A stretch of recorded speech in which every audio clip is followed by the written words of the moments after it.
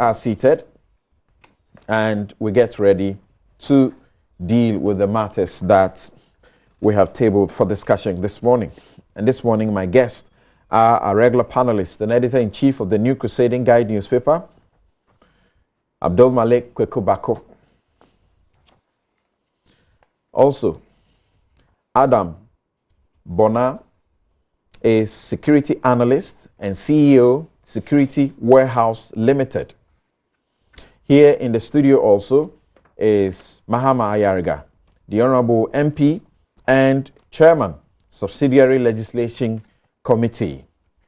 Also in the studio is Henry Korte, the Honorable MP and Deputy Minister of Interior.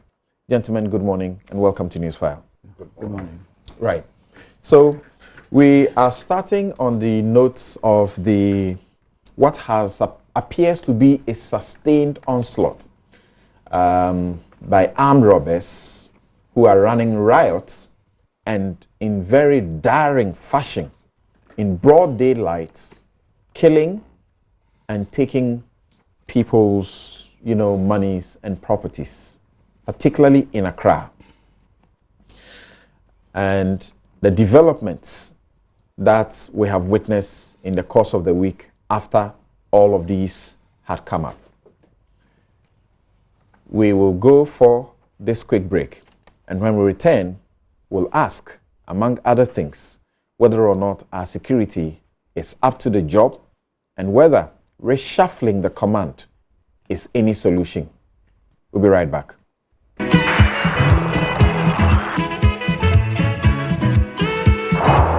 All right, so let's take a look and listen to bits and pieces of what has transpired in the course of this week as regards the armed robberies or the insecurity that we're about to discuss.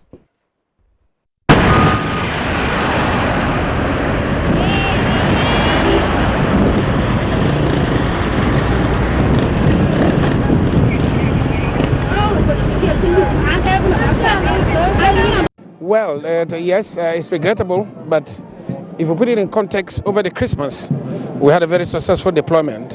And then the last 10 days, there appears to be an upsurge of a different kind of armed robbery. Not because it's not armed robbery, but its targets are different.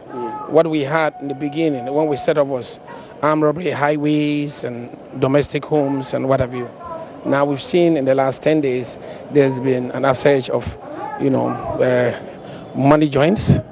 And then yesterday, there was that daytime activity. So clearly, we've lost control at all. What we're doing is making sure that we follow the leads. The police are following the leads. You realize that with the other robberies, we've got 7 suspects. And yesterday's one, we've got 2 that we are working on. To put things in context, you see, some people were wondering why we're not confronted yesterday in traffic. You want to have a successful operation without loss of innocent lives. Moving forward, as Mr. President has made it clear, part of the retooling that we are doing for the police would include helicopters. If we had that yesterday, it just flies over and gives us control. But some people thought, why don't you confront them right in the traffic? If you did that, and you hit one innocent person dead, then you got it messed up. So now we've got 2 people who are leading the investigation, assessing the investigation. But certainly it's regrettable that thing has happened. But we continue to make the point that is a cumulative neglect, which we are rectifying now. As I talk to you now, the president's promise is not empty at all. We are trying to procure. And some of these things, probably we should advise us. Including helicopters, you say? Yes. Wow, the president. How soon will that happen? Now, that's what I'm saying, that we are commencing procurement. Maybe these things should advise the kind of procurement we should do. Policing doctrine and philosophy, as Paul and I are saying, cannot occur without a national security framework, which we don't have, which we've bandied about, we've spoken about. Different ministers have intimidated us, intimidated our friends in the military who thought, we had to have this philosophy. So there's a certain political lacuna in understanding how security management and policy making must be done. Then we have securocrats both on the civilian side and on the uniform side, looking at issues of crime service. Until we do this crime service, and probably I should go to the bank and borrow some money, and we should do this service and then sell it to government. Well, I just don't get it, you know. So regular crime service and publication and audits demonstrating what is changing and how things are going. Then we need to certainly improve, Paul, our small arms legislation. Yeah. Ancient, not fit for purpose. Totally. And then evaluations. Paul will tell you, I don't know how many of these 33,000 officers have a contract that says this is what you need to achieve at the end of the year. Okay, so we've got to bring in public, management strategies. And then we need to be able to assess the impact of all these things that we've put into the basket, shaking it and throwing it on the table. In the wake of the mayhem unleashed by the hoodlums, the NDC called on President Akufo-Addo to immediately disband and demobilize the Invisible Forces, Delta Force, and other militant groups operating under the MPP. President Akufo-Addo could not be bothered and took no action to stem the creeping lawlessness and insecurity. Instead, the president has rewarded them by integrating many of these criminal elements into national security. In fact, we are reliably informed that members of these militant groups have recently undergone training at a camp at Asuchari belonging to the military. We are further informed that the instructors include 2 South African mercenaries who were deported from the country in 2016 in the run-up to the general elections. In the midst of this extremely frightening security situation, the president prefers to globetrot, rub shoulders with world leaders, and deliver speeches of doubtful importance, and is yet to utter a word of comfort to scared Ghanaians. It is almost as if Ghana has no leader. All this is happening at a time when President Akufo-Addo has set up the most heavily populated security architecture, comprising the National Security Minister, Minister in charge of National Security, Minister of Interior, Minister of Defense, National Security Advisor, National Security Coordinator, Director of Presidential Security, Inspector General of Police, the Chief of Defense Staff, Director of BNI, Director of Defense Intelligence, Director of Research, amongst others. He failed to act at the very onset of his administration when a police officer was assaulted at the presidency. The hallmark of democracy is for us to speak with one another. That is why we wrote to them to appear before us for us to start the conversation. We've been holding this conversation, as was told us not too long ago, and this is furtherance to such communication and such conversations. And that is the last time we didn't ask for a 2-week notification. But this time around, we are not just asking for a 2-week notification.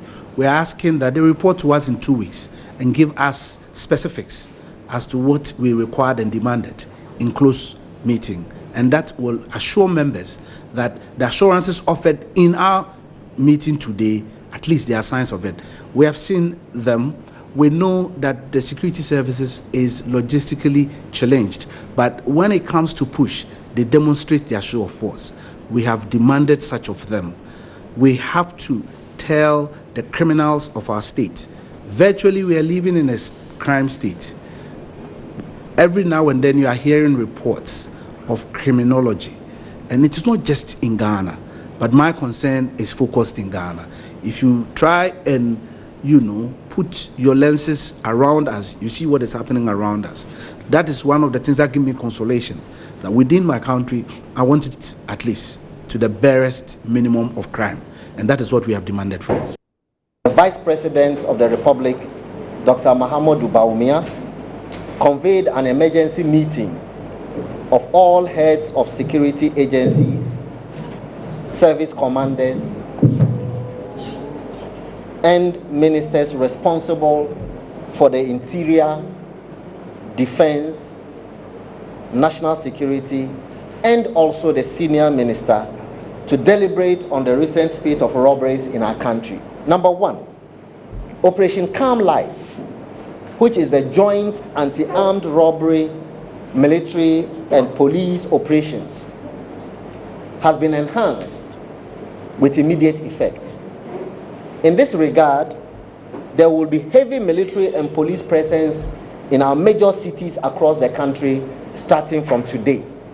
Number two, there will be surgical operations in certain areas of our country based on intelligence, whose purpose shall be to flush out criminals and suspected criminals.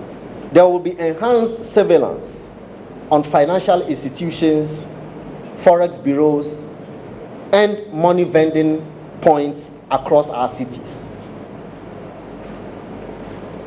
Government also directs that all financial institutions take steps to install CCTV cameras on their premises.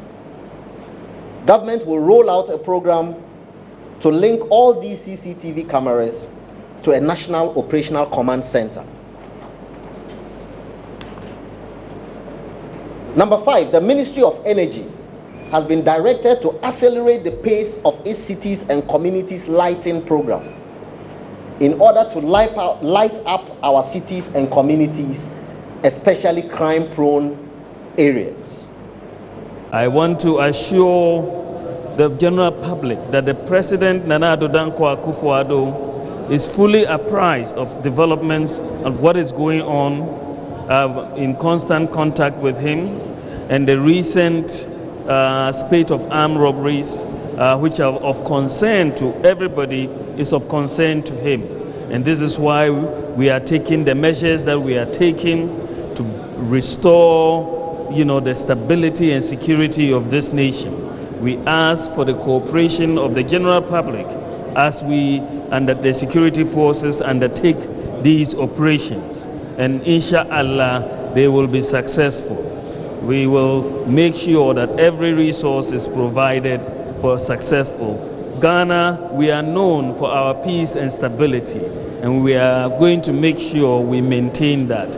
We pray to Allah to give us and continue to give us peace and stability in Ghana and allow the country to move forward. And so we are here to thank everybody and to say we thank God. Salamu alaikum.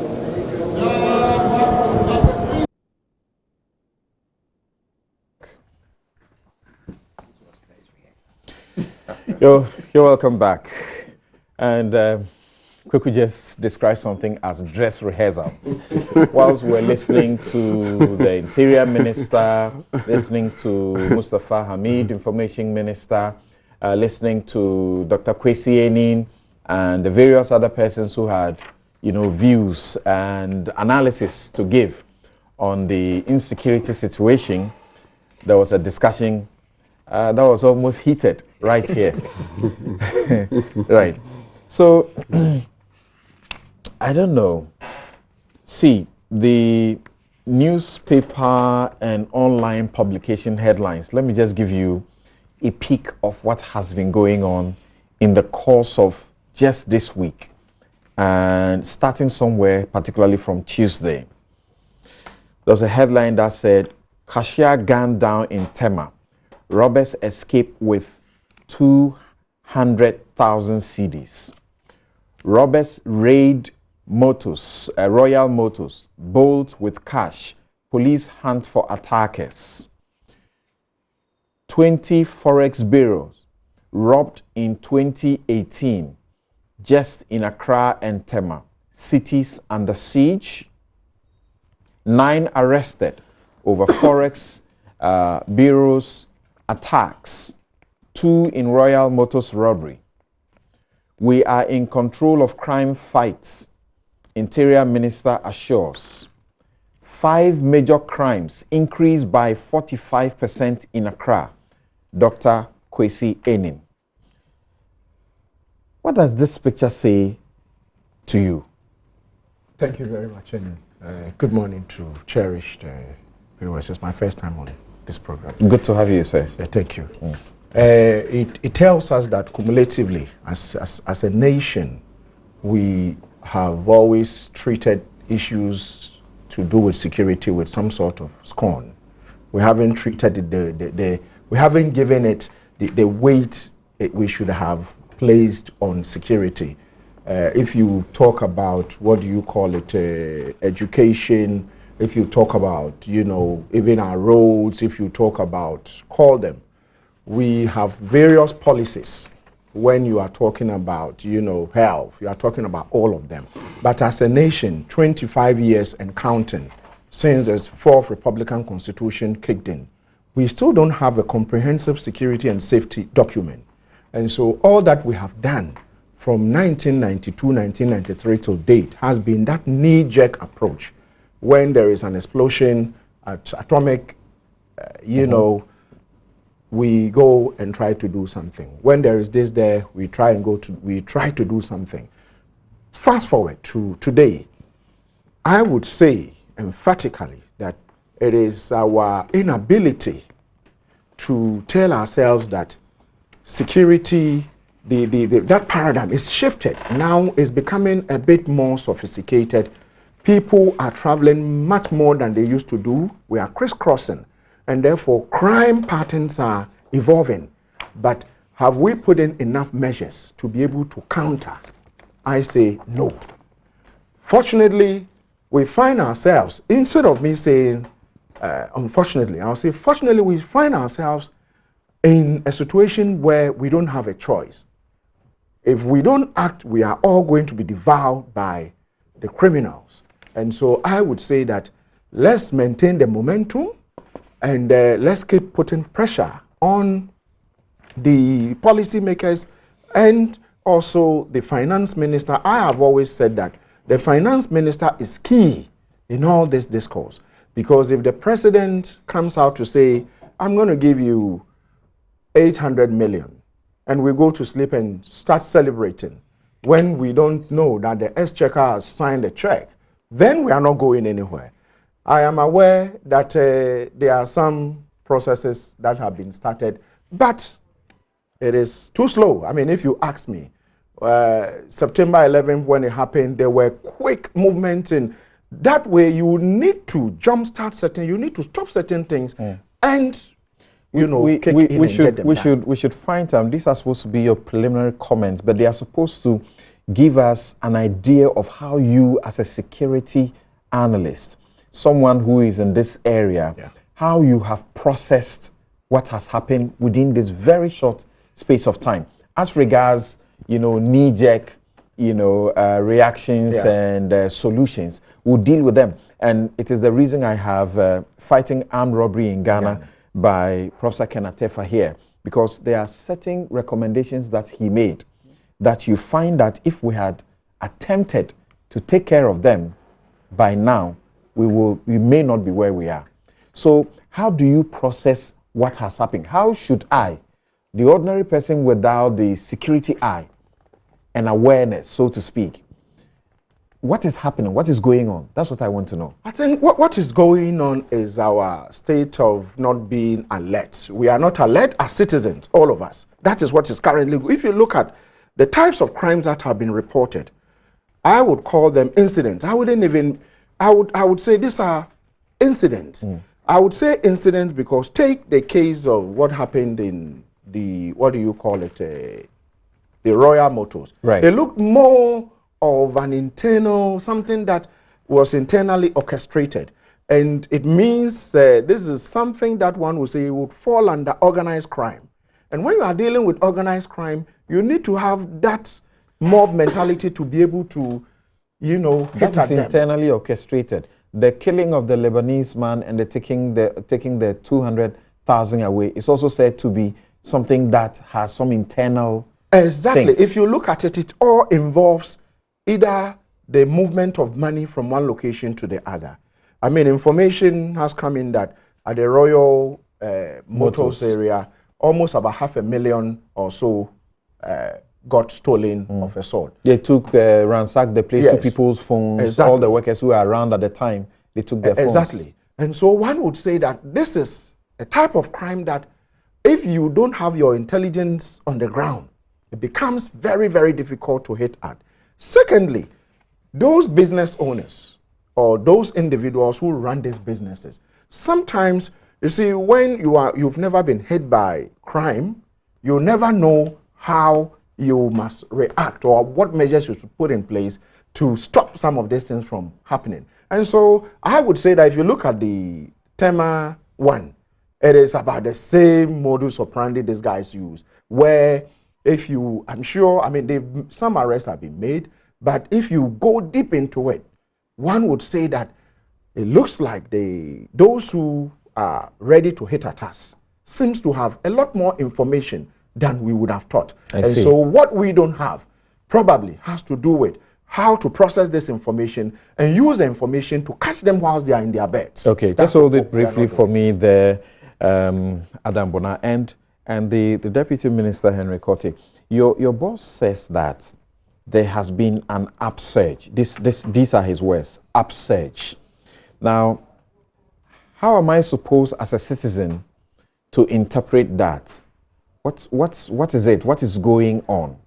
And in the Royal Motor situation, for example, they finish what they are doing. They have all the time to remove the CCTV cameras that were there so that there will not be any trace. They drive out in their own vehicle. They hit someone else's vehicle. They shoot that person in there, snatch his vehicle, and run away with that in the traffic in Accra. And they are successful. Well, first of all, as my colleague just said, this is my maiden program on your August platform. Oh. So let me use the opportunity to greet your cherished listeners and viewers. We're excited to have you, sir. To my constituents, Ayawaso Central. Hey, don't do campaign here. I'm not doing campaign. Don't start it. Don't start campaigning here. Almost all of them. Yes, all of them do. Yeah, it's important. Yes. Let me start by saying, and greet my constituents on my behalf for me. You do that yourself when you take your time. When it gets to your turn, you do that. Is that your style today? You want to heckle me? So I'll do so. Let me start by taking a cue from what Mr. President said in the State of the Nation address. That was the first one. Now, crime has no political color. And my humble appeal to us as Ghanaians, as citizens of this country, is to be careful not to politicize crime in this country, because I've heard others make statements that if care is not taken, could turn into something else. Now, everybody has to feel safe and secured in this country, regardless of your political divide. Now, coming to your question. Everybody has to feel safe. We don't, to be frank with you. Well, coming to your question, my boss, I listened to him, the substantive minister, used the word upsurge. Well, upsurge is an increase. That's all he said, upsurge in crime in these incidents. Now, indeed, an upsurge may suggest incompetence at dealing with the situation. I wouldn't say so. I'm not cutting in. I wouldn't say but so. I want to say something that I think probably, if you ask me, I would say probably, if you look at the cumulative statistics, then you would realize that we don't have an increase as compared to, what do you call it? And I have the statistics. I'll show you them. The minister says upsurge. No, I mean, that's what yes. Okay, go ahead. Yes. Go ahead, sir. Well, you see, crime in the country, as we all know, didn't start today. In the last years, we've had series of crimes in this country. But then, before I come to the substantive issue, I think it's about time that as politicians, as lawmakers, as citizens of this country, we have a plan that governments upon governments can continue to use, so that when you come into governance, you're not necessarily going to do your own thing. Then the NDC comes, they have a different plan for national security. MPP comes, they have a different plan for national security. There must be a plan. There is not a strategy. There must There be is a no strategy. Is that what you're so saying? that we cannot, there is. But There's what no I'm plan, saying, there's no strategy. I'm coming. There is. But what I'm saying is that because most of the times we tend to politicize it, we forget that it's a national security issue and that we should not play politics with it. That is what I'm saying. Okay. Yes. Now, but you have a plan. We do. I mean, and is the plan working? For instance, when I went before Mr. President just after my vetting, he told me something. He said, "Kwate, I want you to go there, and I don't want a political police. Don't go and do MPP, NDC. I want a professional police. I want a police that will discharge their duties without fear or favor. I want a police that will discharge their duties with the utmost transparency." Now, a typical example is that proud to, or hitherto, we come into power, ordinary promotions have been done selectively. Today, when we came, we promoted everybody across board, regardless of... Okay, you are bringing in what you want us to avoid. Yes. Okay.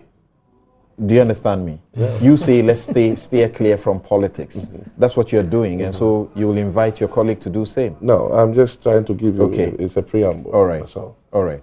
But now, I mean, back to focus. Back to focus. From where you sit, how did you feel hearing these series of attacks?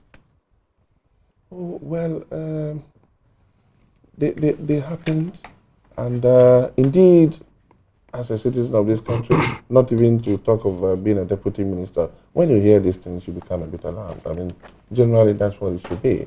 But you asked the question that when the incident took place at the Royal Motors, right, they had time to take away CCTVs and even in the traffic.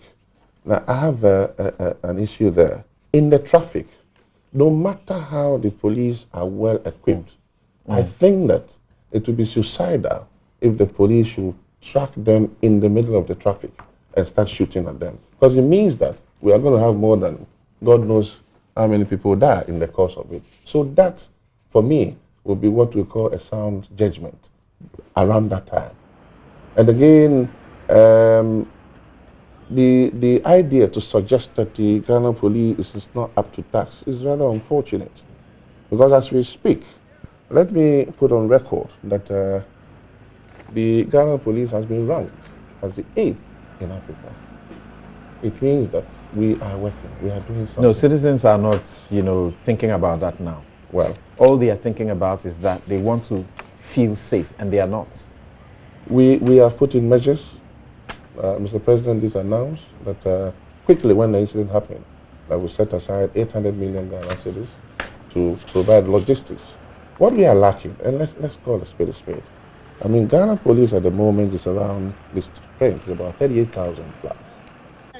Okay, per the UN standards, we're supposed to be 1 to 500. As we speak, we are about 1 to 840 something. So clearly, you can see that we need about 20 to 30,000 more policemen to beef up the strength of the Ghana Police Service. How do we do that? Again, we have to provide them with logistics. My minister has been on and said severally that we need logistics. They are there without protective gear.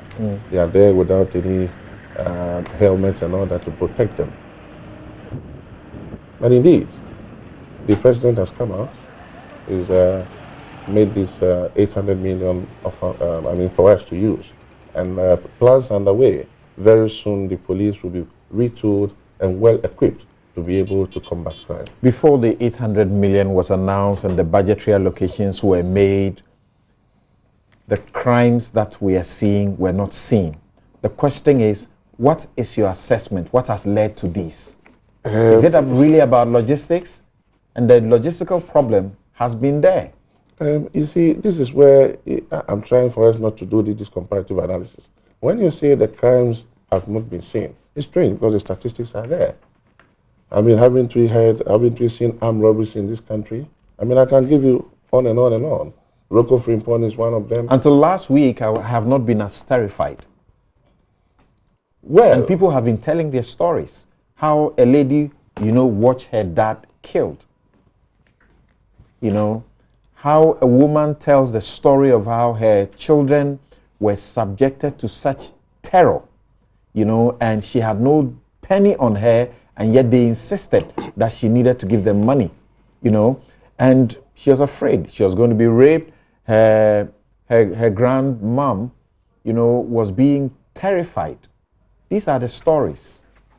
My brother, I agree with you, and indeed we sympathize and empathize with the victims. But first of all, today, the police officer, the gallant police officer who lost his life, and the Kwabenya attack is being laid to rest. Yeah, today. So let me use this opportunity to express once again condolences to the families and also those who have been affected in these recent attacks. But coming back to your point, armed robbery did not start yesterday. It didn't start just last year. In fact, if you look at the statistics, there has been worse cases than this. I'm not trying to, a chief was ambushed in his car and shot point blank in his car somewhere in 2015. There has been a series of armed robberies. What I want us to look at is the solution. Right. We'll get to take a look at the solutions very soon. But let's hear from Mahamayaga.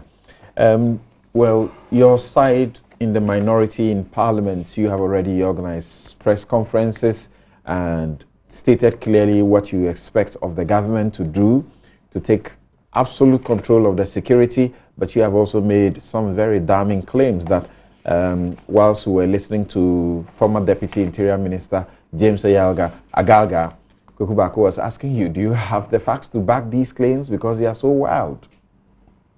Well, let me also greet my constituents, since that is how he started. That gives me. You would have done it if you had it. That gives me a right to also be greeting my constituents on this platform. I appreciate it. That's my maiden program. Yes. That is maiden, right? Yes. So unless it's your maiden program. No. He is a seasoned one. I'm a seasoned member, but I haven't been greeting my constituents on this platform. Oh, you have not been doing so? I haven't been greeting. But your colleagues have been doing it. Anyway, all the previous so let's go on. I haven't been campaigning on this platform. Your colleagues have been doing it. I just come and then I participate and I leave. Oh, I didn't know greeting is campaign. Go ahead. So let me also greet my constituents. But now, on a more serious note, I think that first and foremost, let's all agree that crime should not be politicized. Crime is crime. But crime can also be a development challenge, a development issue. So let's separate the discussion of crime as a factor of development from pure politicization of crime. It is true that armed robbery didn't start yesterday or the day before yesterday. Armed robbery has been happening in this country for a long time. Under Rawlings as PNDC chairman, under Rawlings as president, under this democratic presentation, this democratic system, under Kufuor as president, under Atemils and Mahama, now under Akufo-Addo, there's always been armed robbery. You may talk about the increase in armed robbery, the speed of armed robbery. You may, be concerned about heightened levels, especially when it appears to have occurred rapidly in succession, over a short period of time, and bringing public consciousness to the problem. Yes, that is what has happened now. And we've all woken up to some realization that, hey, this is becoming a serious problem. We're all feeling insecure. And if this is the fact, let's also admit that this is the fact. This is not politicization. This is discussing, crime as a development challenge. But I would like to follow what he has said about the police service. Basically, they are primarily responsible for dealing with the problem. And we need to examine capacity issues. He's spoken about the statistics, and the statistics have been improving in terms of the numbers of the police service. In 2012, we had 23,204, and in 2014, it increased to 30,600, 635. I don't have the statistics for last year and this year, but he's mentioned about 38,000. I don't know if the 38,000 is accurate, but if the 38,000... No, point of correction. Yes. I didn't mention 38,000 statistics. I Okay. talked about the strength of the Ghana police. Yes, so the strength is the personnel. Unless the strength... Personnel, yeah. Yes, that's what I mean. That's what I'm talking about. The statistics, that's the numbers. Yeah, he's of the mentioning the police. numbers The numbers. year by year. Yes, year by year. So if they have moved from 30,000 30,600 to 635 to 38,000. I don't know the exact statistics. Yeah, so it is important to have the exact statistics. I mean, given that you are the Deputy Minister for the Interior. And the police population ratio is also an important factor. Right. The UN has a recommendation that it must be a population of 1 police to 500 members of the population. Now, if you look at our population ratio, it's been improving. In 2010, it was 1 police to 1,100 population. In 2014, it came down to 1 police to 784. If we get the new statistics from him and we take the current population of Ghana, we divide it by that, we will get the current population, police population ratio. The ratio is critically important because it then indicates the capacity of the police to be able to deal with the needs of everybody in terms of policing. But even more importantly, and I want us to pay attention to what Dr. Kwesi Enin said. He said that critical issues relating to demographic changes, he alluded to it indirectly, and you also alluded to it indirectly, demographic changes. The movement of people from rural areas to urban areas and the creation of slum communities and settlements and unplanned communities, unplanned cities, which clearly also go to exacerbate the situation and make it difficult, even when you have a police force, to penetrate certain sectors and to fight crime, are factors that we must take on board. And of course, small arms, because in all these instances, we're talking about the use of small arms.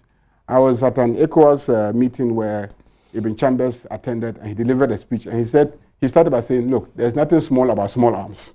I mean, in their numbers, they create so much devastating impact on our populations. So for me, these are the critical issues that we must be looking at. How do we deal with the problem? How do we fix the problem?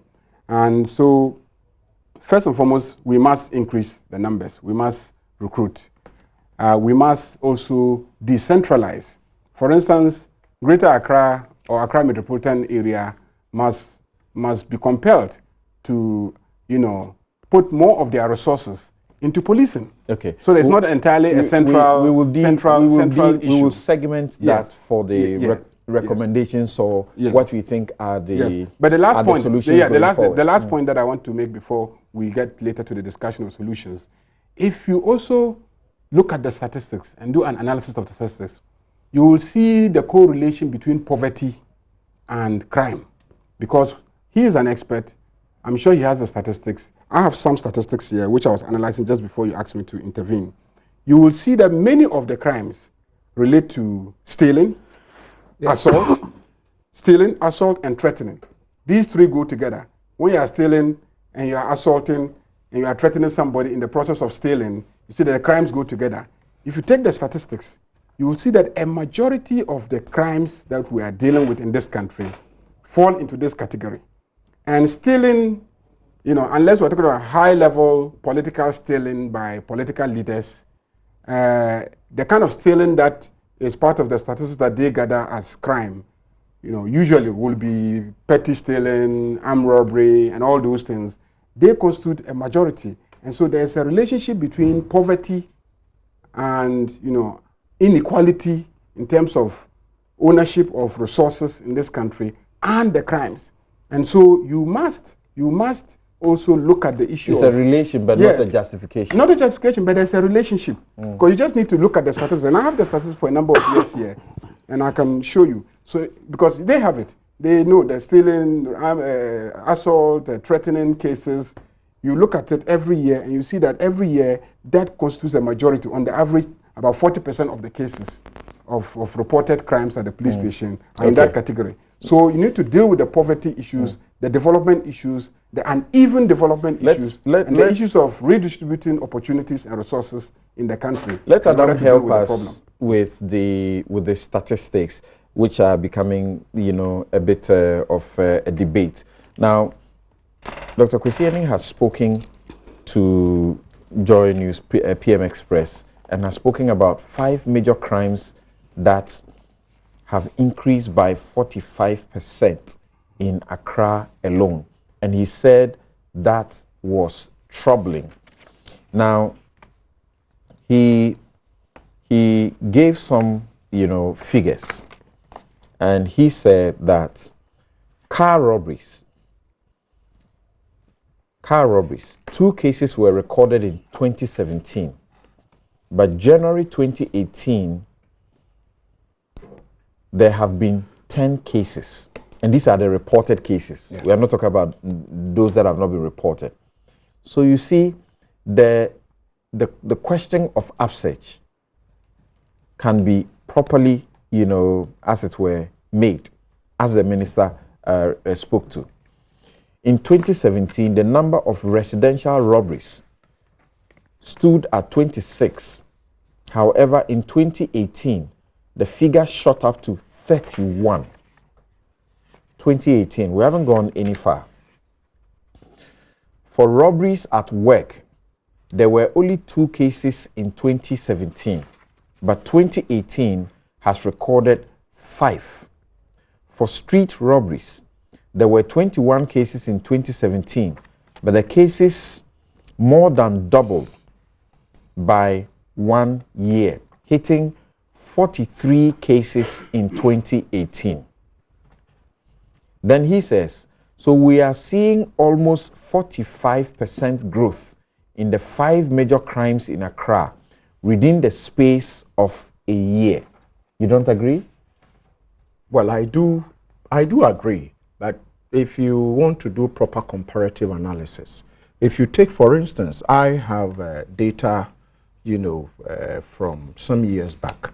If you take what do you call it, from 2013, for instance, if you look at the stealing reported cases of stealing stood at 20,023.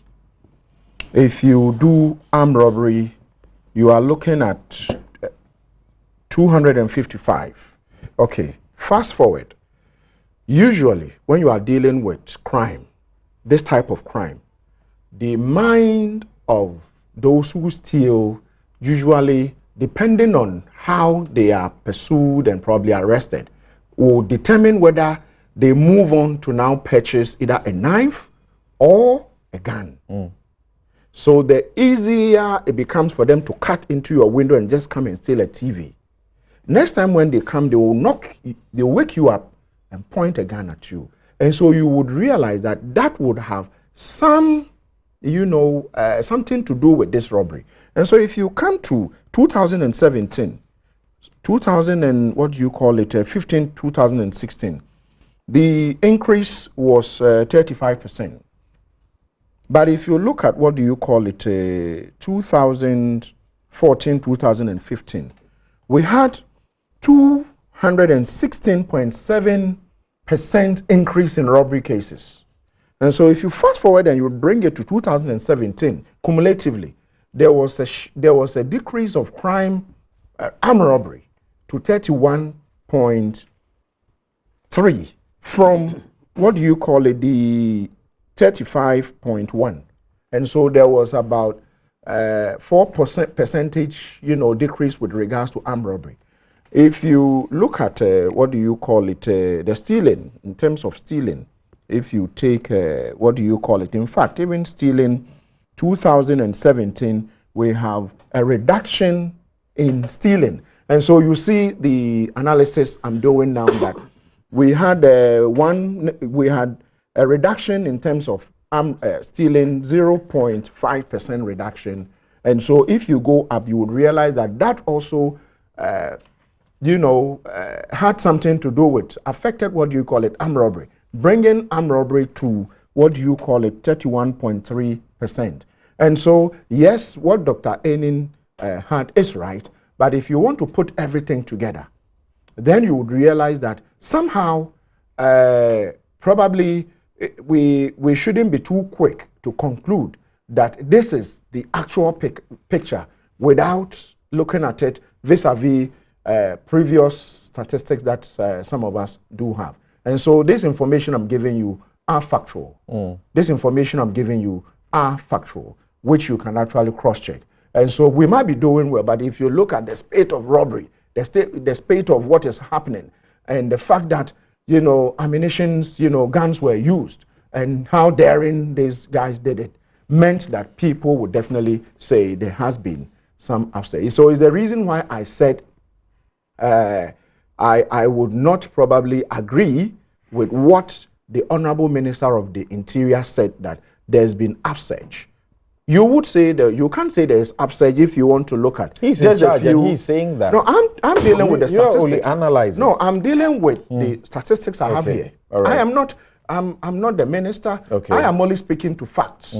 I'm speaking to facts using documentation and statistics I have. And so the minister could have said, well, there's an upsurge. And I would have wished that probably the minister would say that if you compare this to this, the number has gone up. And so what I'm trying to say is that we need to let Ghanaians know that if we are not careful, we might not be able to move around freely. And so, indeed, the crime rate is worrying, but if you compare that to 2017, there is a 4%, more than 4% in decrease in terms of armed robbery. And for stealing, it's come down by negative 1.5%. And so I think if we carry on pushing this tangent, I believe that we should be able to reduce it, significantly. That is all I want to say. Okay. Now, Kweku, how have you felt about this incident that has led to, they've gotten to a crisis point, we can say, because it's led the president to take series of actions. It's led led to a reshuffle in the police command, and we are told that there's some meeting that is supposed to go on between the president and some security chiefs or so, and that subsequently we may hear additional, information about what's going to be done or so. Well. See, I am okay with people who feel concerned and worried. I look at some of the incidents of armed robbery. I personally also feel concerned and worried. I'm not insecure. Of course, it has compelled a series of press conferences by those who are in charge. Yes, but I don't feel insecure. You don't? No. I do not agree that we are confronted with a national crisis. I do not agree. And I'll say so again. I've said so. I said so on Metro TV, and I've been bashed left, right, and center. At what point would you have the reaction that is coming, the official reaction? It's not the first time we've had such reactions anyway, and I'll come to it. This reaction can only be to a crisis. If we had a crisis, we should be activating the state of emergency procedures in the Constitution. That's my understanding of a national crisis. Okay, go on. The Constitution is available. It tells us what to do, what a president must do, whether within a district, a region, a locality, or the nation. You would invoke or activate the state of emergency procedures that the Constitution provides in order to deal with a national crisis. That's not what we are doing. So I said there is a worrying trend. There is the need for concern. Let's just have a sense of proportion in dealing with the situation we are confronted with. If we are not careful and we exaggerate, we can neutralize and immobilize ourselves and be impotent relative to the situation that confronts us. Let me give you a typical example. You feel there's been an exaggeration of the situation? I have cautioned against anybody who seeks to exaggerate or politicize. And I'll deal with the issue. Go ahead with the illustration. Let me give you one illustration. The Forest Bureau rates, as I've heard put out there. So 20 within 1 month or 2 months. I've heard people say so. Right. Now, I've done my checks. 5 of those were, yes, you can put in the context of armed robbery. People were there. People have come either with a knife or a gun or anything, raided and taken away people's assets. In this case, particularly cash. Yes. The 15 were break and entry. That is, they were not there. People were not there. You've gone home, you've closed stealing. Now, if you put the two together, the 20, and say robbery, first of all, it's inaccurate in terms of reportage, in terms of communication, in terms of the nature of the incident we are talking about. Exactly. There's the need. He's an expert or an analyst. I am not. Well, those affected who, unlike you, feel insecure may not make the difference. No, but we have to. The responsibility is for us. Why haven't you invited those affected to come and express their concern here? They will come, and that will be emotions, and that's right. I have nothing against that. But it will be emotions without the benefit of intellect. And you don't cure a mischief that way. That's why we have people who are professionally trained, people who have the requisite competences and expertise to deal with this phenomenon. I don't even qualify to be part of that category of persons. I'm only a social commentator, a journalist, or a political animal, if you like. So I come here a hybrid. I have the chance to research as they're doing, listen to people like them, and take part of it as part of my knowledge and information. But those who are affected, and I'm saying even those of us who are not affected, when you read or you see on the TV the incidents, yes, you're worried. I agree. But I don't think that we are in a situation of a national crisis. I am bold enough to insist on that. Those who disagree with me can continue to disagree with me. Well, they disagree with you because what is happening almost is like an overhaul of the security as far as the police is concerned. And as far as they are concerned, it is only a crisis situation that will lead to that. I've told you that we are not in a state of national crisis. And I've told you that if we were, it will not be a police reshuffle. The president of the country will declare a state of emergency to cure the mischief. Hold on 1 minute. Yes. What's the intervention, Mr. Ayaga? Well, I mean, Don't forget I haven't finished. Yes, you have not. I don't know what are his criteria in terms of how we define a crisis. Now, when all of a sudden, most members of the Ghanaian public, you did a check. Oh, I mean, listening to radio, listening to people watching television, just my sense of what people are discussing in the streets. That's yes, correct. What people I agree are discussing with that one. Your sense. Yes. What people are discussing. Fair representation. Yes, because if you monitor the discussion around. Yes, what people are discussing a general on radio, listening to the business community, owners of forest bureaus, listening to residents on radio, and etc. All of a sudden, there is a heightened public feeling of insecurity.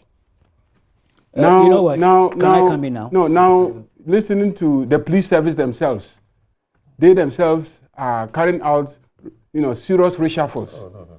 The reaction. So first, the public consciousness. Secondly, the reaction by the body that is responsible mainly for ensuring security. Then the minister himself, while saying they are in charge, admits that there is an upsurge in the crime. And then the information minister comes out and then, without, of course, declaring a state of emergency, declares that we must put in place certain emergency measures. I mean, Kwekubako, I beg you. Okay, thank you. It's some crisis. Thank you. There is some crisis. And it is national. Thank you. What we are doing is redefinition. This is some crisis. Thank you. You said there's a crisis. I heard a radio station, in fact, I think it was this station, 2-3 days ago, saying national crisis. And I said, no way. No. It is not a national crisis. Otherwise, that will require a state of emergency to deal with. Listen, when an MP was murdered in his house. Parliament actually even suspended sittings, discussed it, debated it. Parliamentarians called for protection for themselves.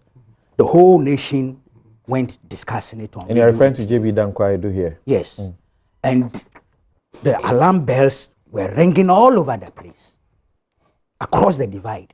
Indeed, the party that he belonged to were in the front line of ringing those alarm bells. Here, on this very program, I made the point that whilst I was concerned and worried, and I've said so today, I did not think we had been moved into a crisis situation. It's here. My publication is here. Right. Okay? I cautioned against exaggeration, which I know itself, that if exaggeration takes effect, look, the fight against crime, especially armed robbery, will be lost. You will lose it. Ask any professional expert or analyst in that field. Okay? So I am insisting on us being consistent. A sense of proportion relative to the challenge that you are confronted with is key and not an exaggeration. He aggregates all sorts of cases and puts together to create a picture of crisis. It suits him to do so. Oh yes, the MPP did say. Is it a fair analysis? Is it a fair analysis? No, the facts are clear. Hold on. The facts are clear. Yeah, so is it a fair analysis? No, when you see, facts on their own mean nothing. It's when you relate facts that you get a significance. So he puts the facts together and then he draws a conclusion on basis of the fact that we are in crisis. I disagree. But the conclusion is reasonable. Oh, I cannot impose. You know what? Now I get where you are worried. Because I'm not seeking to impose my feelings on you. Okay. My opinion. No, I can't do that. Indeed, it's an mission impossible. I am saying that for those who are dealing with the situation, if they saw it as a national crisis, the appropriate remedy would have been to declare a state of emergency. Because that would be that would be the cure for it.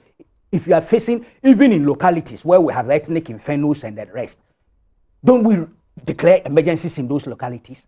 Because that is the framework within which you can effectively cure that ailment. Okay. Otherwise, forget it.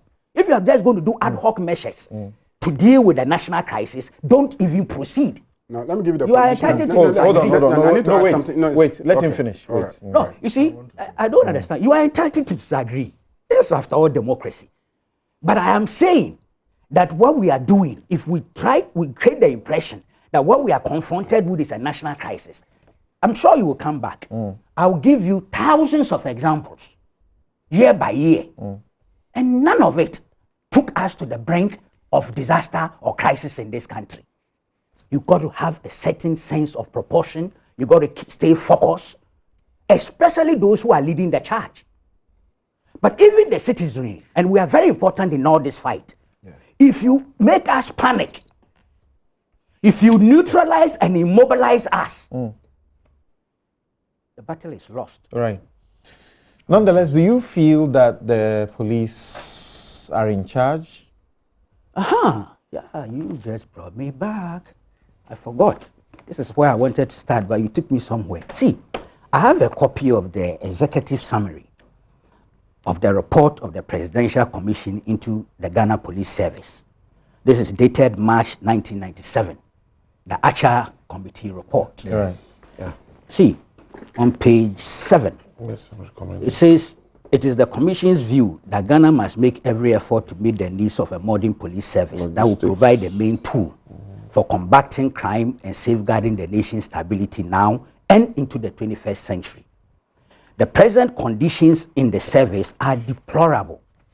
It is woefully undermanned, ill-trained, and ill-equipped. Its motivation is almost nil, and its morale is low. This was before single spine. But nothing really has changed, basically. You remember after the Kwabenya attack, it's even worse. We all sat here and said all administrations that have come and gone have done something to try and re-equip or retool the police. But because of the competing interest, health, education, agriculture, defense, it appears that security in terms of prioritization over the period has not been highlighted. Look, the police service, as we speak, still up to today, this description I just gave, you go talk to them. They are in that context. Why? Because crime environment has also changed. The criminals have become more sophisticated. We have not kept pace in terms of the capacity of the police, both in terms of the number of personnel as well as the equipment to use in combating crime. I got some statistics yesterday. See, in terms of even vehicles alone, the total they require us at now in terms of estimate is 6,400. The current strength they have is 1,786. What? Not even 50%. The deficit is 4,614. This is the police force that we expect to combat the crime wave that is rising and rising in the sense of sophistication and planning and organized crime and all those things. This is what we are doing to ourselves as a people. And it's been so for years. We have attempted, we set up a commission. Beyond this commission, there have been other committees, small subsidiary committees over the period. Right. Check the accommodation. Check, look, it's a disaster zone. Yeah. That's what it is. So the focus should be first and foremost on that institution, that law enforcement agency that is the lead agency for dealing with crime. Anyway. Okay. So now I'm continuing from here. Right. I'm coming. I wanted to continue from here so that you will now bring in your solutions and so on. We can see if we can use about 20 minutes to do these matters. But you know, Kuku has Kenatefa's book, and I suspected he would bring it. Fantastic book. I did say I was expecting he would bring it to the studio, and he did. Fighting Armed Robbery in Ghana, and Ken Atefa. And the police actually use this as one of their textbooks.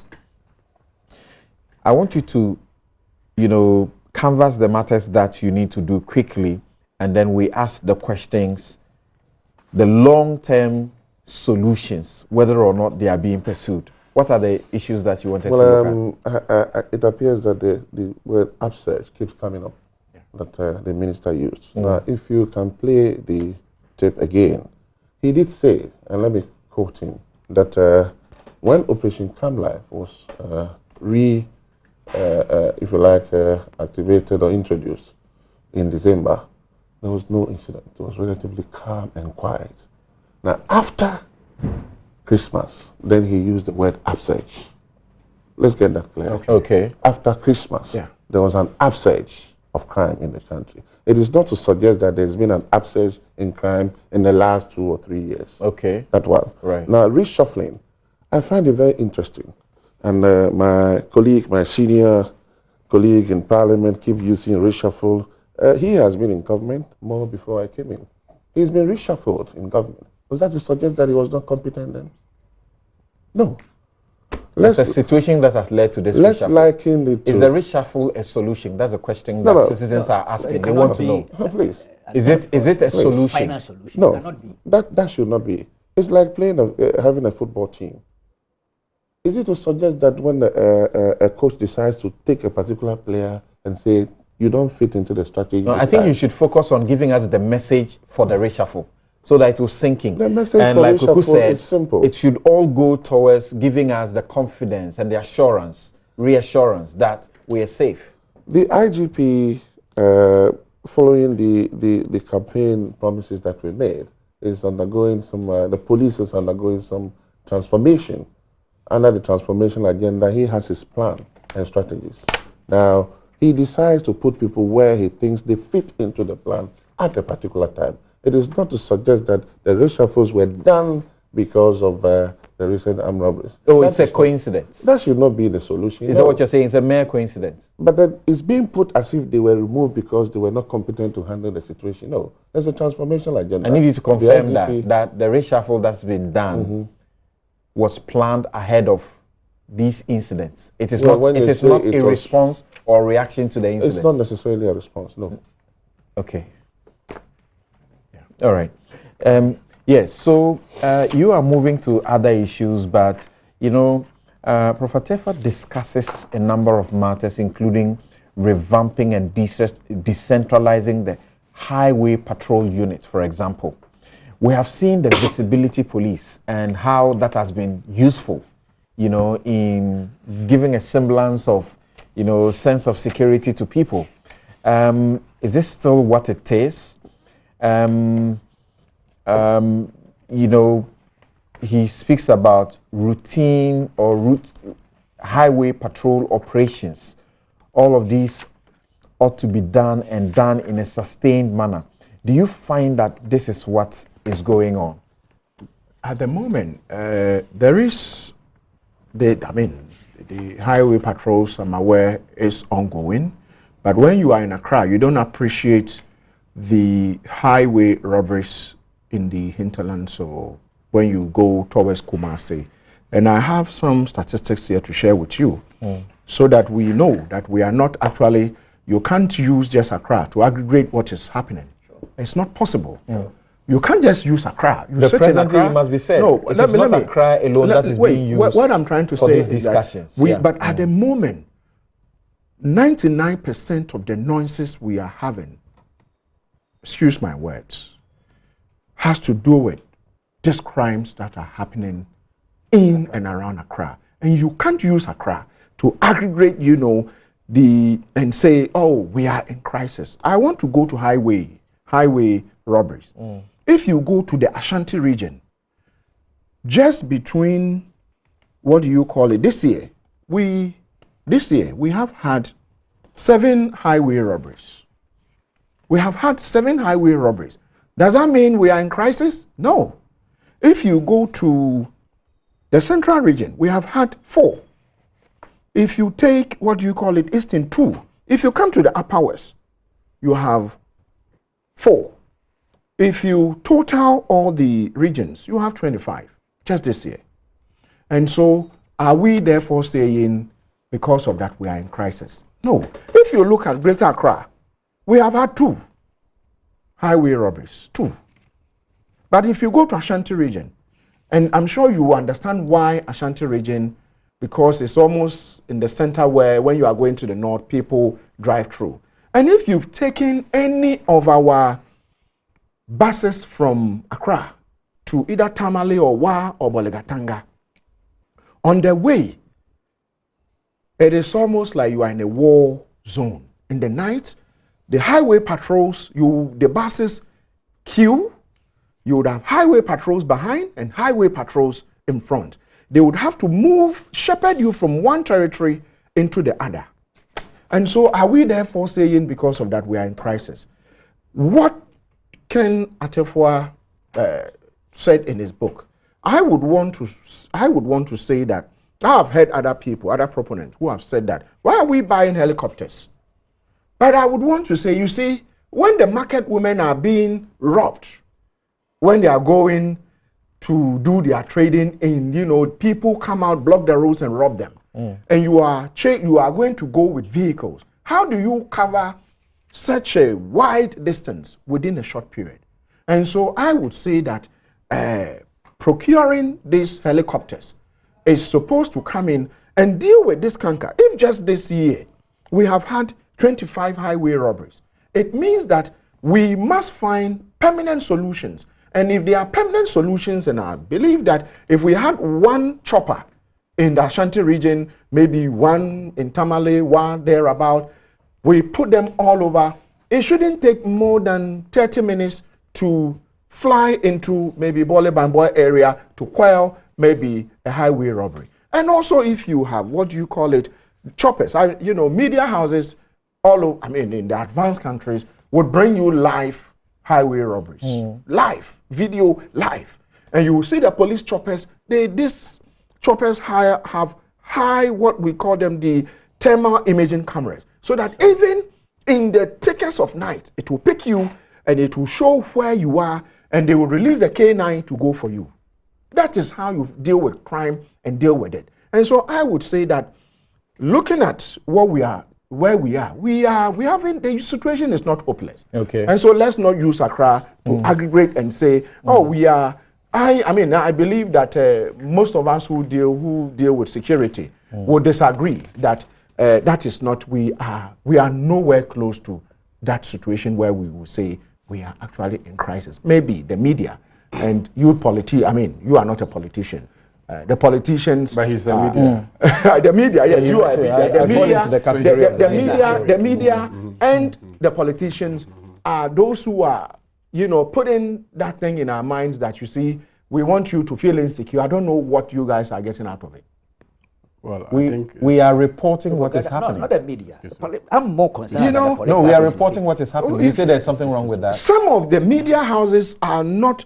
Your media house, I would pat you in the back. We have reported. You go back to back to give us accurate information, near accurate information with regards to some of this. Some of them, since put out information, and when you go to check, you realize that, you see, you are just putting fear in us. Right. I want to quickly see if the minister can help us, what we are supposed to be doing. Particularly, yes, I'll come to you. Is it your turn? Don't worry. I know why he says so. I'll come to you. I'll come to you shortly. What we can do in our individual homes and in our offices. What tips can you give us so that we can help ourselves, so to speak? Well, let me rather start from here. I think about 2 months ago, when the Operation Come Live was reactivated, under the direct command of Mr. President, about 120 pickups were given out. In fact, 200. So far, 120 has been given out for the police and military joint patrol teams. Again, as we speak, but they actually require 2,000. Yes, I'm coming. Yeah. As we speak, plans are underway for about 1,000 vehicles to be procured as soon as practically possible. Some of the details I don't want to go into, but just to let you know what's happening. Again, we are procuring helicopters. The police will be equipped properly in terms of protective gear, weapons. We want to even go beyond the AK-47, because as it stands, I think weapons that are way above the AK-47. People are now using the Bushmaster guns in Ghana. I'm surprised to know people have them. Most of our policemen don't even have the protective helmets and all that, the ballistic ones. We are getting that as well. I can assure you. And that's why my minister did say that we were in control.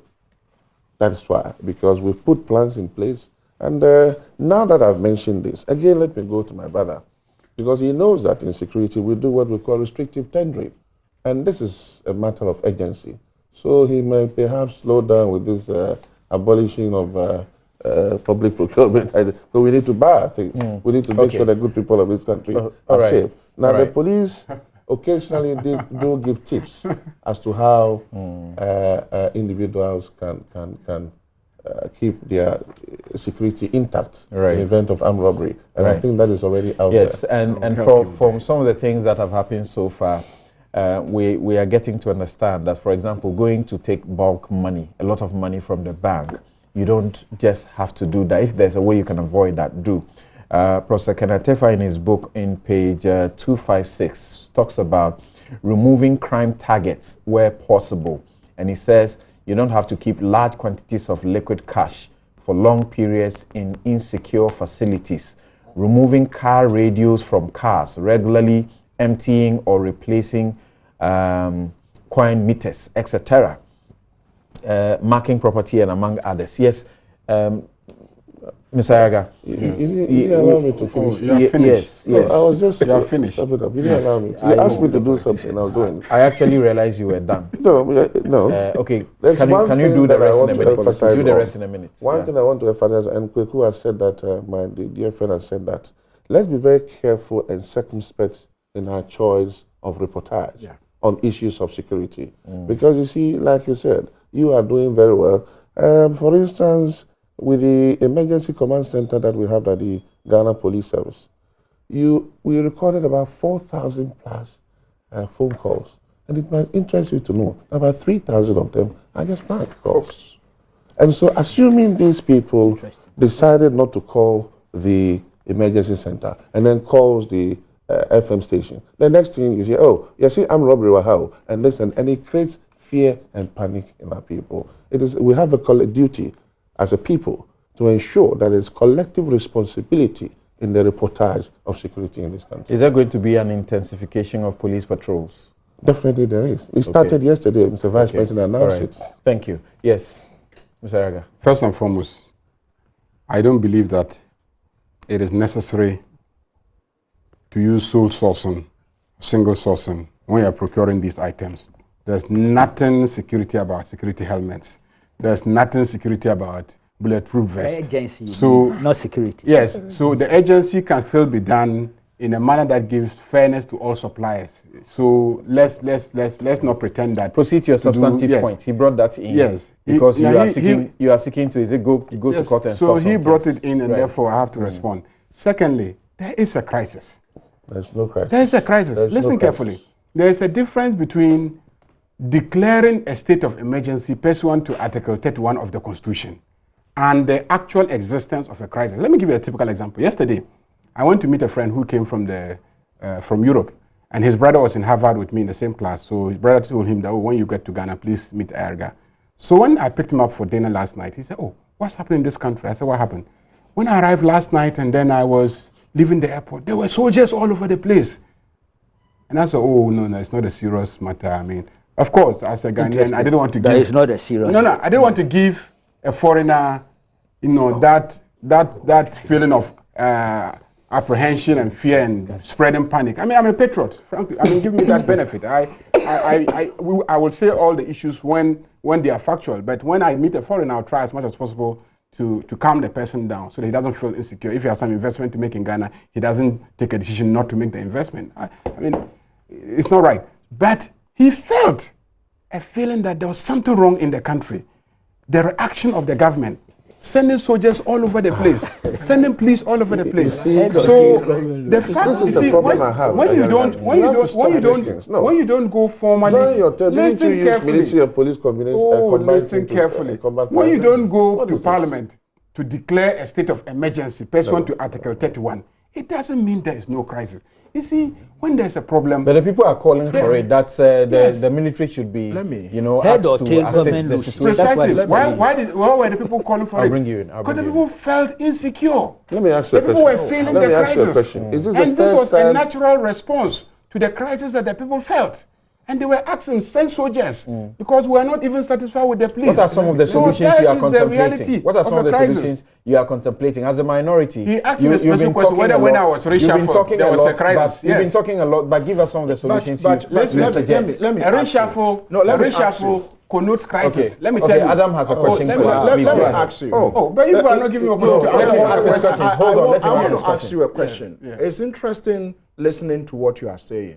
And I find that a bit unfortunate. I say this because the former minister of internal Homeland Security, deputy, James Agaga, he should have known better before coming out to say we should deploy the military. And so if he came out to say deploy the military and the ordinary citizens followed suit, and you know that police joint military operations have been ongoing, and the fuel that has been put into the crime, whether there's some crisis, and so if your colleague comes and you say that if the thing is already happening and he mentions it, what I'm saying is that he shouldn't be saying it because his colleague, who used to be deputy minister in charge of Interior. My point is that you are saying you're saying that the police-military relations cooperation goes on. So he shouldn't have said it. What does it take?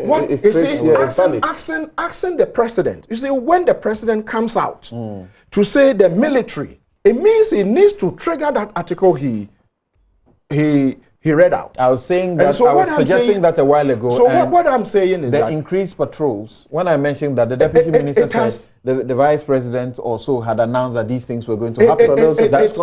Yes. You know what? It's something that I would say we as a nation, should deal with this canker, pull the military back into the barracks, resource the police, increase the numbers, tool them, so that we don't have people arriving at Kotoka. Last night, Ayarege's friends will not arrive. There was a convoy of military, on the street. I don't know if it was part of that, operation going on. Could be. But what's wrong with that? No, what else? You see, if you saw the coup in '79, till we switched to democratic rule, you will not ask the boys to come onto the streets. And so all that I'm saying is that the military is a very, very important institution. Let's keep them at the barracks.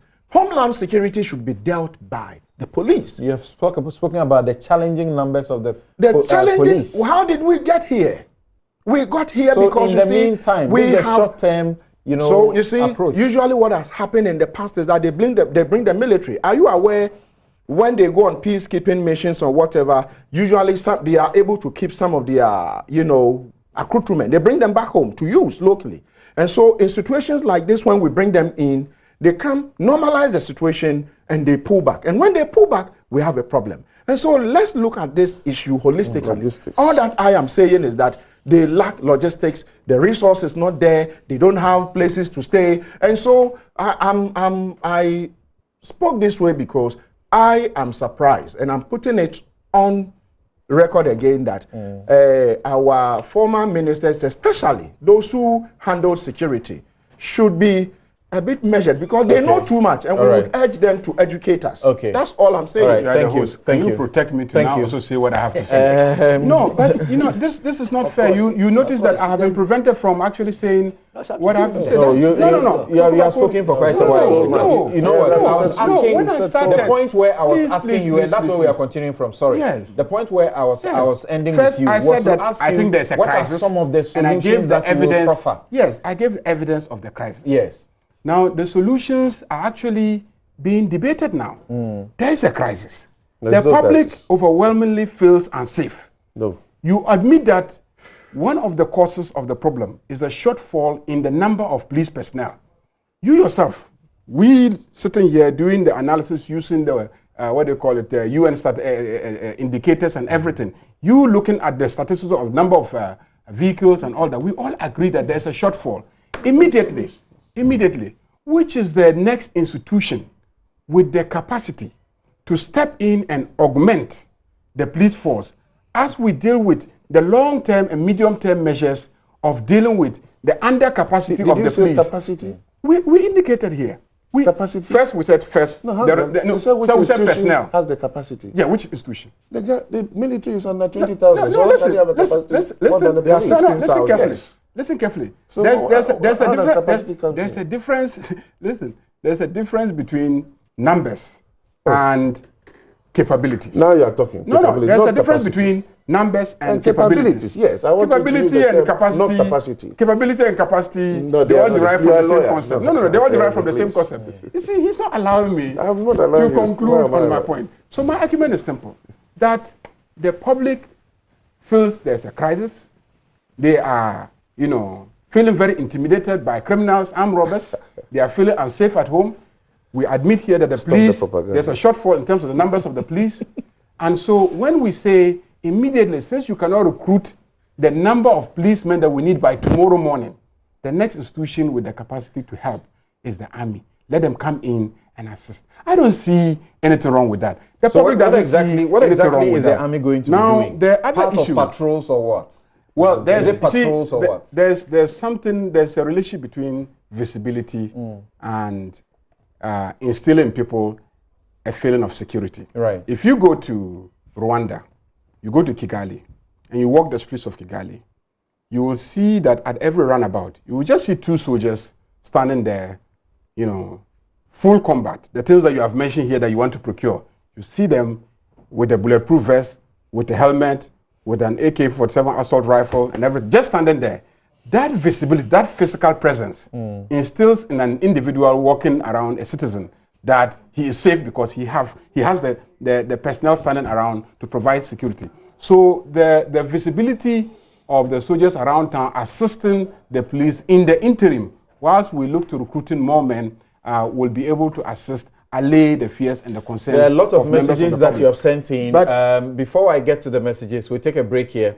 When we return, I'll try and read as many of your messages as possible, and then we will dovetail into this discussion of security, the situation that the Ghanaian police is reported to have put Ghana in